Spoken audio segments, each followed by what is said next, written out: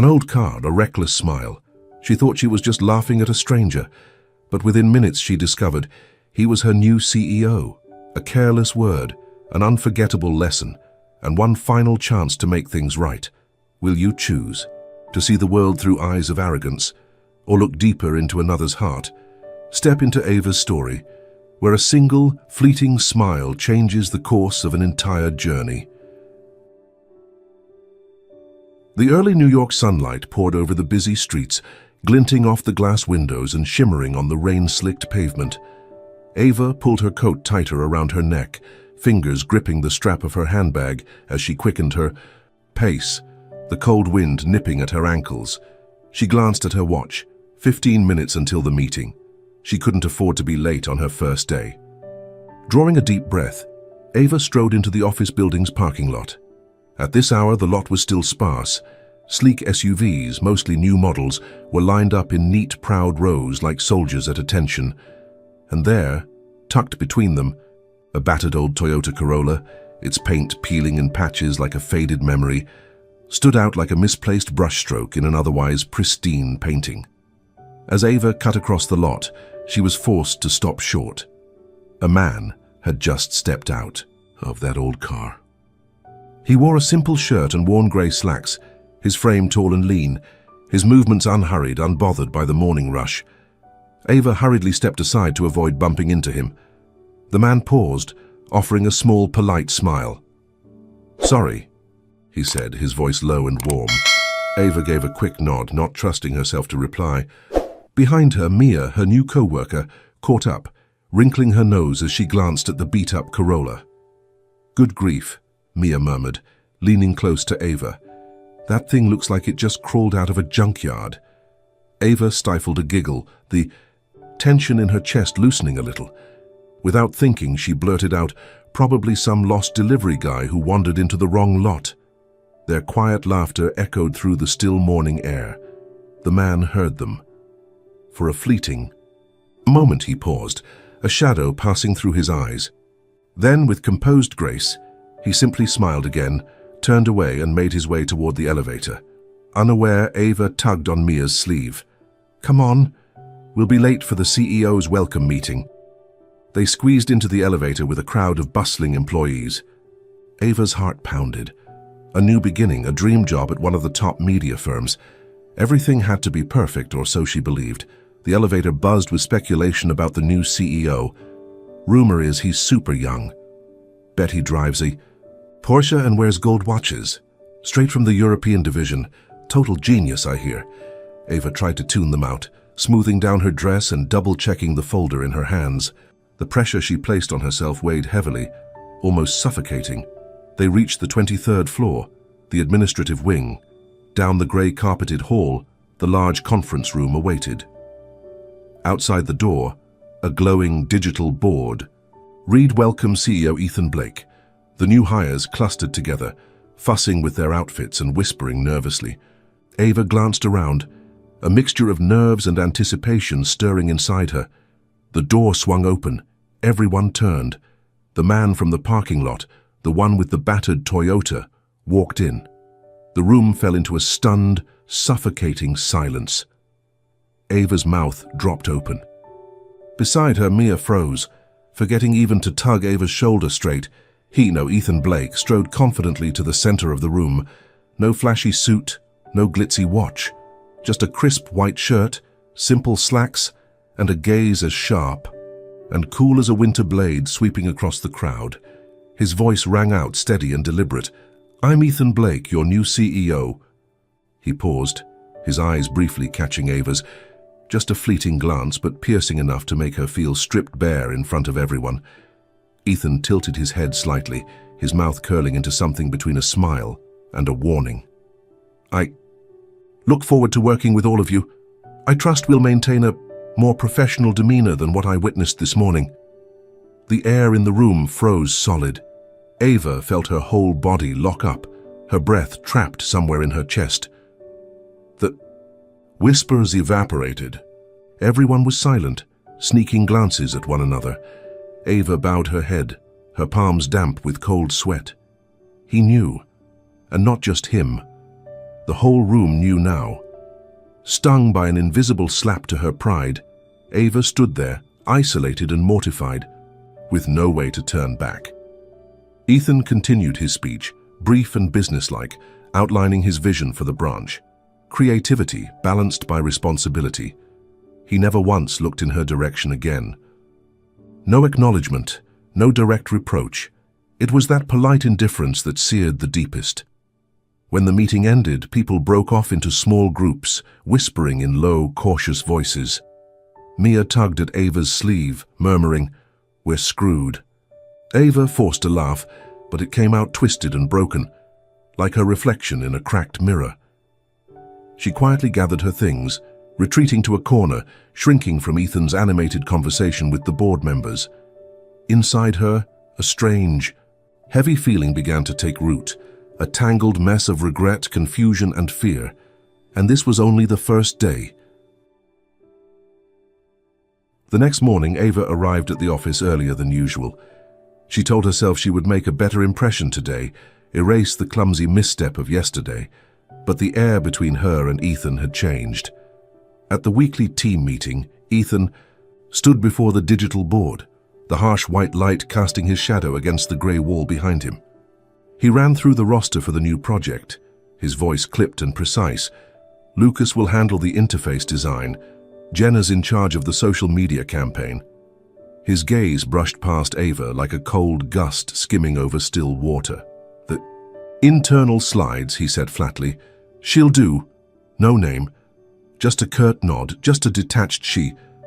The room went quiet for a heartbeat before everyone bent their heads, scribbling notes in a rush. Ava froze, her pen halting mid-page. Her heart clenched as if a fist had closed tight around it. She swallowed hard, nodded slightly, and clutched her notebook tighter. "It's fine," she told herself. "It's nothing. Just focus on the work. That's all that matters." All morning, Ethan handed out instructions through Mia or via terse emails. Never a direct word, never a private message. His commands were clipped, almost mechanical. Fix slide 4. Merge the 2 timelines. Check. Font errors, no encouragement, no detailed feedback, only orders. It felt like walking barefoot across broken stones. Each step, each cold glance, each brusque message bruised her a little more. But Ava gritted her teeth and endured. She refused to be the child who went running for sympathy. By afternoon, she buried herself in perfecting the slides Ethan had assigned. She scrutinized every detail, tweaking colors, aligning margins, annotating every line with meticulous care. At the end of the day, Ethan called a quick team meeting. Everyone gathered in the small conference room. Ava opened her laptop, exhaling a short, shaky breath to steady herself. Ethan entered, iPad in hand, flipping through her slides with swift, impassive fingers. His face gave nothing away. Then he stopped at slide 9. "The title font is off," he said evenly. "And this text box, it's cutting off half a line." Heads turned toward Ava.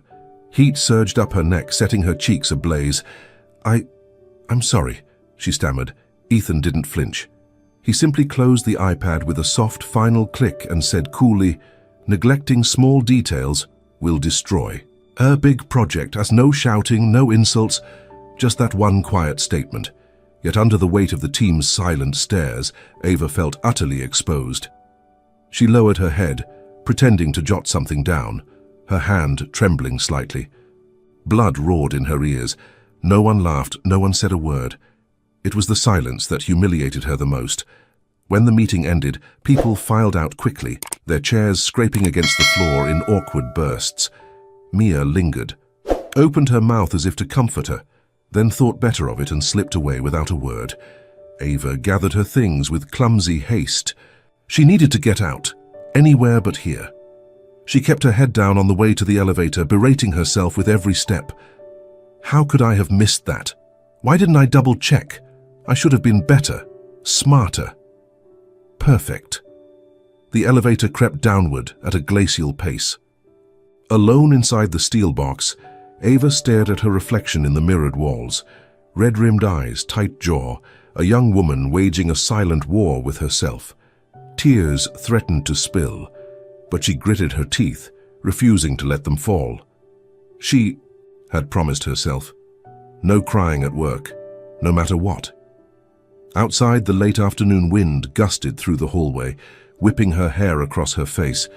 New York roared on around her, indifferent. No one noticed and no one cared that somewhere in a forgotten corner of the city, a young woman was fighting to piece together her wounded pride. Ava tightened her grip on her bag and lifted her chin. Tomorrow would be different. She swore. Tomorrow she would prove herself through action. No complaining, no giving up. She had spent much of the night tossing and turning, replaying Ethan's cold, clipped words in her mind. She'll do it. Wrong font. Carelessness kills a project. Tiny, throwaway phrases, yet they clung to her like invisible needles, pricking at her pride. Ava wasn't some careless child. She knew she had a lot to learn, but she had always taken pride in her drive, her quick mind, her stubborn refusal to give up. Yet here she was, reduced to a shadow in Ethan's eyes. She sat at her desk, laptop open, eyes fixed on the slides. But her mind was adrift. A thought tugged at her. Was Ethan this cold with everyone, or just with her? And deeper still, another question whispered, who was he really, behind that stern, impenetrable mask? A faint, uneasy curiosity began to take root. Mid-morning, needing air, Ava slipped out into the hallway, and there, quite by accident, she found her answer. Under the dim yellow light, Ethan stood atop a plastic chair, unscrewing a burnt-out bolt. No maintenance crew, no delegation, just him quietly doing it himself.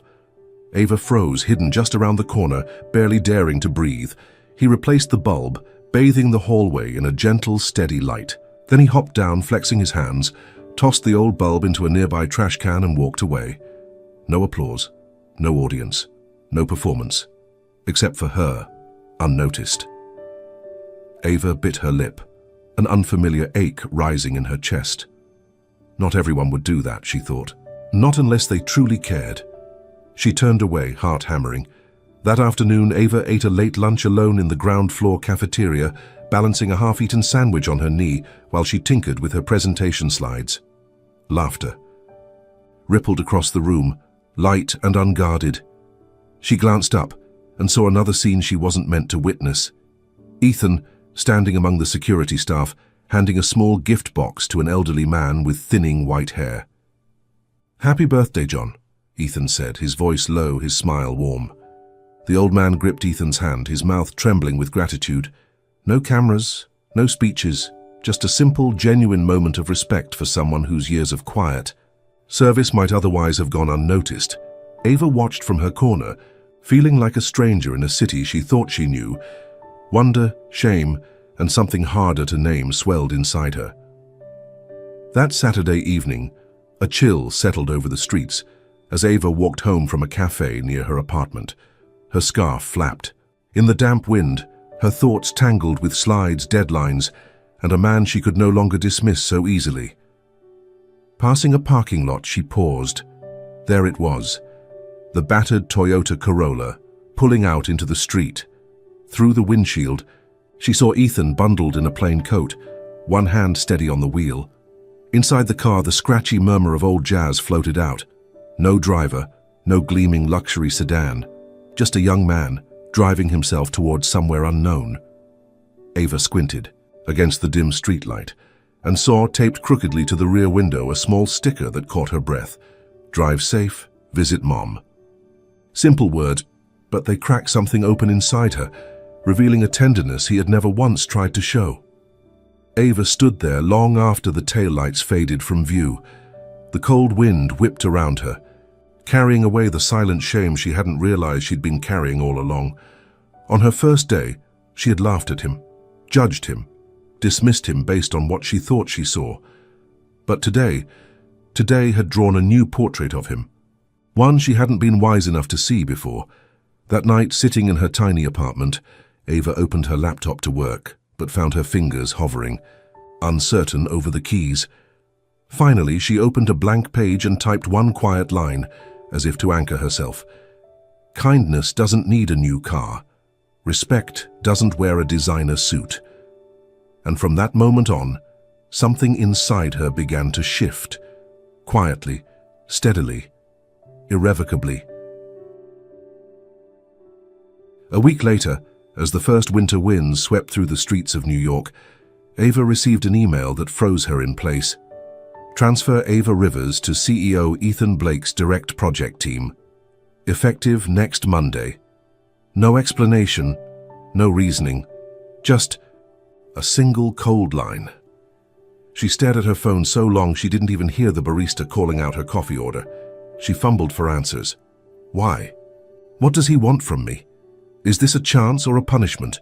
Inside her, fear and hope collided like two opposing currents, fighting for dominance. Part of her wanted to flee, part of her wanted to stay and fight. Monday, Ava stepped into the 25th floor, the so-called heart of the office. Glass walls, streamlined desks, sunlight pouring in like liquid silver. And there, in the quiet center of it all, sat Ethan. His laptop was open in front of him, the whiteboard light casting a pale glow against his lenses. No assistant, no receptionist. Just him and her. Ethan looked up as she approached. "Sit," he said, his voice low and clipped. Ava sat, placing her hands neatly on her lap to keep them from shaking. She looked him straight in the eye, willing herself not to flinch. He was silent for a moment, as if weighing every word. Finally, he spoke, his voice firm. "I didn't bring you here to punish you." He paused, his gaze steady but not unkind. "I want to see whether you can rise above your own prejudices or be devoured by them." The words hit her like a stone breaking the still. Surface of a pond. Ava froze, but this time, instead of bowing her head, she straightened her back, her fists tightening in her lap. "I'll try," she said quietly but with conviction. Ethan nodded once. He didn't smile, but for the briefest second, something softened in his eyes. Her first day under Ethan's direct supervision felt like a grueling test of endurance. He assigned her a massive task, preparing the branding strategy presentation for the upcoming quarterly leadership summit. Theme: rebrand without losing the soul, Ethan said, sliding a thick binder across the desk. The success of this presentation will determine whether you stay on the project. No threats, no sugarcoating, just the plain, brutal truth. Ava gathered the heavy binder into her arms like carrying a stone uphill, but this time she refused to collapse under the weight. Night after night, she stayed late, long after most of the building had gone dark, under the harsh blue glow of her laptop. She refined each slide, polished every line. She devoured old branding reports, sketched new strategies, searching for a way to preserve the heart of the brand while breathing new life into it. One late Wednesday night, as she worked alone, she heard footsteps stop behind her. She looked up. Ethan stood there, hands in his pockets, eyes cool as ever. "Want me to take a look?" he asked, his voice even. Ava swallowed hard and turned the screen toward him. He skimmed the slides quickly but thoroughly, missing nothing. 1 minute, 2 minutes, 3. The air grew heavy, every second stretching taut. Finally, Ethan nodded. "Not bad," he said in his deep, measured voice. "But it's missing one thing." Ava furrowed her brow. "What is it?" He closed the laptop gently, his gaze sharpening like a blade. "Emotion. Branding isn't just data or slick images. It's emotion. It's how you make people feel about you, even if all you have is an old beat-up car." Ava blinked, stunned. That last sentence, it wasn't just about branding. It was a quiet echo of everything she had misunderstood. She didn't sleep that night. She tore apart the presentation she had built, starting again from scratch. This time, she wrote from her heart. No more cold numbers, no more sterile slogans. She built a story, one that touched on the things that made people care. The quiet act of changing a hallway light bulb, the simple birthday gift to a forgotten guard, the battered car, and the small sticker on its rear window. She poured all of it into the slides, weaving the soul back into the brand. The next morning, bleary-eyed from a sleepless night, Ava walked into Ethan's office. Without fanfare, she placed the new deck on his desk. Ethan opened it and began to read. His face remained impassive. But when he reached the final slide, the corner of his mouth twitched so slight it almost wasn't there. "Good," he said, closing the laptop with a soft click. "Be ready. You're presenting it to the full board on Monday."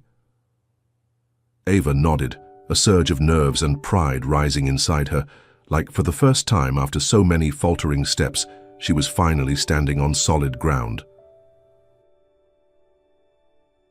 Monday morning, a thin veil of cloud stretched over New York's sky like a worn grey shroud. Ava stood before the mirror in the restroom on the 23rd floor, adjusting the crisp collar of her white blouse.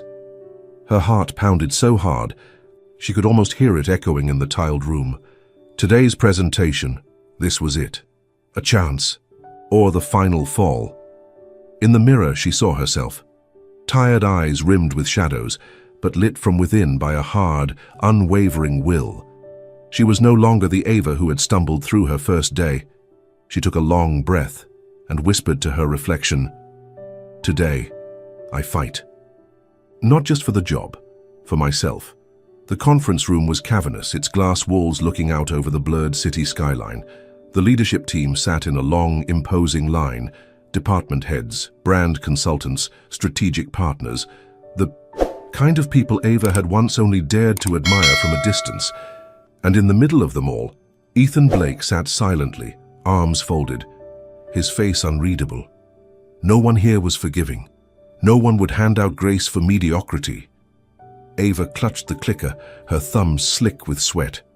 She inhaled, stepped onto the small stage in front of the towering LED screen. The spotlight fell softly on her, carving her out of the muted crowd. She began, steady, composed, moving through each slide, market analysis, brand values, strategic renewal. Her voice was clear, her words sharp and sure, arrows flying straight to their targets. And yet, somehow she felt the distance. The eyes fixed on her were attentive but cold, measured. No spark, no warmth. Ethan sat unmoving, his gaze a wall of ice. When she reached the final slide, she stood still. A long silence hung in the air, no applause, no rejection, just an absence of connection, a void she could almost taste. Ava's chest tightened. She had delivered the facts, the strategy, the polish, and yet it hadn't been enough. She glanced at Ethan. He was staring back at her, his expression as cold and still as a frozen sea. Then, in a flash, she remembered, branding is about emotion, and something within her, something deeper, something braver, rose up and refused to let her walk away just yet. Ava tightened her grip on the clicker, drew in a trembling breath, and lifted her chin.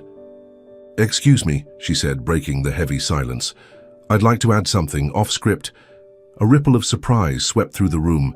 Ethan's brow lifted slightly, a movement so small it was almost invisible. Ava stepped forward, until she was just a few paces from the long table where the executives sat. No slides, no screen, just her. "And the truth. Before I started working here," she began, her voice shaking just a little, "I made a mistake." A murmur moved through the room. Curious, wary. "I judged someone based on appearances," Ava said, steadying her voice. "I believed that a person's worth could be measured by the car they drove, the clothes they wore, the shine of their exterior." She paused, swallowing the tightness in her throat. "And I was wrong," she said, the words ringing clear.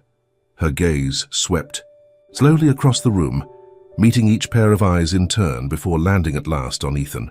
"I learned that kindness doesn't wear designer suits, that true value isn't parked in a glossy showroom, that a heart full of quiet dignity and care can't be seen at a glance."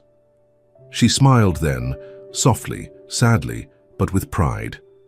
"And that," Ava said, her voice low and strong, "is what I believe a real brand must stand for: sincerity, kindness, trust." The silence that followed was vast and heavy, not awkward but full. The kind of silence that falls when people aren't just hearing you, they are feeling you. Ethan sat motionless, his eyes locked on her, but now there was something. Anew there, not coldness, not scrutiny, respect. A faint smile tugged at the corner of his mouth, a whisper of expression that no one else caught. Only Ava, The one who had dared to stand, the one who had dared to own her mistake and transform it. As she stepped down from the stage, her hands still trembled slightly, but inside her, there was a soaring, irrepressible lightness. Freedom. She was no longer the Ava who had cowered under other people's expectations. She had become the bravest version of herself. The conference room remained steeped in silence, as if everyone was still absorbing the weight of Ava's words. No more tapping pens, no more shuffling papers, just eyes fixed on her. But now, they no longer looked with suspicion or detached indifference. They looked with something else: respect, recognition. Ava walked slowly back to her seat, her steps light, but inside her chest, her heart pounded like a drum announcing a hard-won victory. As she passed the front row, Lucas from the creative team tilted his head and gave her a quick wink. A small nod, an invisible handshake of solidarity. Jenna, the communications lead, offered a soft smile, her eyes glinting with something Ava hadn't seen before. Encouragement. The warmth of it lit a small, steady fire inside her. In that moment, Ava understood. She wasn't alone. She had won back the respect she had once let slip through her fingers. Ethan still sat in his place quietly watching, but the rigid lines of his face had softened. When Ava lifted her gaze to meet his, their eyes locked across the still, bright space. And for the first time since they had met, Ethan smiled. Not the polite, fleeting kind of smile people wear at meetings, but a real smile, one that seemed to rise from somewhere deep and genuine. It was subtle, a slight curve of the lips, a glint of warmth in his usually guarded eyes, but to Ava, it felt like a sunburst piercing through a long, bitter winter. He nodded once, a small, silent acknowledgement. I see you. I respect you. No words were needed, no grand explanations. Just that look, that smile, and it was enough. The meeting went on, but no one seemed as anchored to the spreadsheets and projections anymore. Something intangible had shifted. Ava was no longer the clumsy newcomer tucked away in a forgotten corner, and Ethan was no longer the distant, unapproachable CEO. Together, without speaking, they had crafted a quiet story of growth, of forgiveness, and of second chances. When the meeting finally adjourned, people rose from their chairs one by one. Several colleagues stopped by Ava's seat. They didn't say much. A simple hand on her shoulder, a brief squeeze of encouragement. Small gestures, but louder than any round of applause. We respect you. Across the room, Ethan stood near the door, hands tucked casually into his pockets, still watching her. Ava hesitated only a moment, then squared her shoulders and walked toward him. Her heart beat loud and fast in her ears. She drew a breath and met his eyes. Ethan spoke first, his voice rougher, lower than usual. You did well. Just 4 words, but to Ava, they were the sweetest reward for every silent, bruising battle she had fought to get here. She smiled, her eyes shimmering. Thank you. For giving me a chance, she said softly. Ethan shook his head, his voice quiet but firm. No, you made your own chance. The meeting dissolved, the crowd spilling into the hallway, their footsteps mingling with the scattered buzz of casual conversation. Ava lingered by the long stretch of window, gazing out at the city, cloaked in the thin, soft light of afternoon. The first winter wind slipped through the cracks, cool but not cutting, brushing her skin like a whisper. Quiet, clean, and calm, just like the place inside her now. For the first time in what felt like forever, Ava wasn't afraid of how people looked at her. She had learned how to face herself, how to admit when she was wrong, and most importantly, how to rebuild with her own 2 hands. She no longer needed validation. She no longer chased approval. Her worth had been forged, choice by difficult choice, in the fires of her own courage. Down the hall, Ethan moved at an unhurried pace. He turned his head for a moment, his eyes finding hers, an unspoken farewell before each returned to their own life. Ava smiled, soft and sure. No bitterness, no regret. The next morning, sunlight spilled lazily across the rooftops of New York. a rare, languid sun that wrapped the world in a kind of fragile tenderness. Ava hugged her laptop to her chest and stepped out of the building's lobby. She no longer felt like a lost piece adrift in the labyrinth of ambition and judgment. She had found herself, plain and steady, like the sunlight warming the shoulders of her coat. As she turned toward the parking lot, she stopped in her tracks. The battered Toyota was still there, waiting quietly like a steadfast old friend, and in the driver's seat, Ethan sat, leaning back, his gaze steady as it followed her. He didn't wave, he didn't call out, he just waited, simply, naturally, as if no explanation was needed between people who truly saw each other. Ava felt something uncoil inside her, a red-hot stone dropped into cool, running water. She walked toward him, slow and certain, opened the passenger door, and slid into the seat beside him. It was a small movement, but in it lived 1,000 unspoken things. Ethan didn't ask where she wanted to go, and she didn't ask if he had someplace else to be. The car rumbled softly to life, easing out of the lot and onto a sun-dappled street. Inside the worn interior, no words passed between them, only the quiet hum of the engine, the soft roll of the tires, and the low, familiar strains of jazz from the old radio. Ava leaned her head lightly against the window, watching the bare trees blur past. Her face was peaceful, her eyes distant and soft. She didn't need to know where they were heading. She didn't need to script the future or brace against it. Between them now wasn't a tangle of plans, promises, or burdens, only presence, only trust, only the warmth of two hearts that had, against all odds, found each other. She glanced sideways at Ethan. He drove with quiet focus, the light catching on his profile. Simple, honest, unvarnished, no flash, no glitter, just a good man, exactly as he was.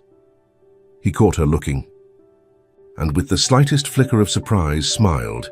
It was a small smile, barely there, but it was warm enough to thaw the deepest winter, and Ava knew, without a single word exchanged, that they had made a silent promise to each other. No matter how the world outside shifted and twisted, they would always honor the simple, essential things they had found in one another. The road stretched ahead, shimmering in the light. The old Toyota rolled forward, slow but steady, like the heartbeat of two people learning, finally, what it meant to find something real in a vast and restless world.